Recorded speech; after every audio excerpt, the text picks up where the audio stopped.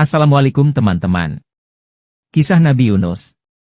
Nabi Yunus adalah salah satu nabi dan rasul yang diutus oleh Allah Subhanahu wa Ta'ala untuk mengajak kaum Ninawa di daerah Mosul, Irak, agar beriman kepada Allah dan meninggalkan penyembahan berhala.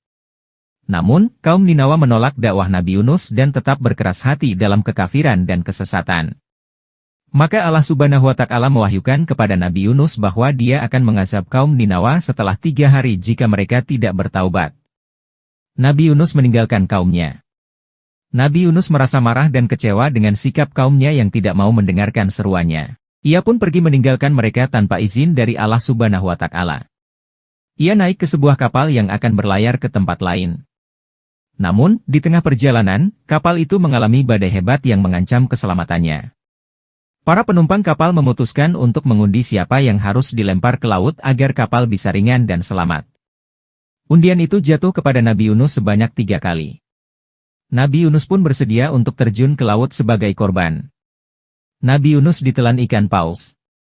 Allah Subhanahu wa Ta'ala tidak membiarkan Nabi Yunus tenggelam di laut. Allah Subhanahu wa Ta'ala menyuruh seekor ikan paus untuk menelan Nabi Yunus tanpa mencelakakannya. Nabi Yunus pun masuk ke dalam perut ikan paus dan berada di dalamnya selama beberapa hari. Di dalam perut ikan paus, Nabi Yunus merasakan gelap, sempit, dan dingin.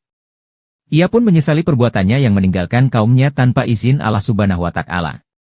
Ia pun berdoa dengan penuh kesungguhan dan ketulusan kepada Allah Subhanahu wa Ta'ala. Nabi Yunus dikeluarkan dari perut ikan paus. Allah Subhanahu wa Ta'ala mendengar doa Nabi Yunus dan mengampuni kesalahannya. Allah Subhanahu wa Ta'ala pun menyuruh ikan paus untuk mengeluarkan Nabi Yunus dari perutnya dan melemparkannya ke sebuah pulau yang tandus. Di pulau itu, Nabi Yunus masih lemah dan sakit akibat pengalaman yang dialaminya. Allah Subhanahu wa Ta'ala pun menumbuhkan sebuah pohon labu di atasnya untuk memberinya naungan dan makanan. Nabi Yunus pun bersyukur kepada Allah Subhanahu wa Ta'ala atas nikmat yang diberikannya. Nabi Yunus kembali ke kaumnya. Setelah sembuh, Nabi Yunus kembali ke daerah Ninawa untuk melihat apa yang terjadi dengan kaumnya. Ia terkejut melihat bahwa kaum Ninawa telah bertaubat kepada Allah Subhanahu wa Ta'ala dan beriman kepadanya. Ternyata, setelah Nabi Yunus pergi, mereka melihat tanda-tanda azab Allah Subhanahu wa Ta'ala yang akan menimpa mereka. Mereka pun segera menyesali dosa-dosa mereka dan memohon ampun kepada Allah Subhanahu wa Ta'ala dengan suara keras dan air mata. Maka Allah Subhanahu wa Ta'ala mengampuni mereka dan menghilangkan azab dari mereka. Nabi Yunus pun merasa senang dan lega melihat perubahan kaumnya.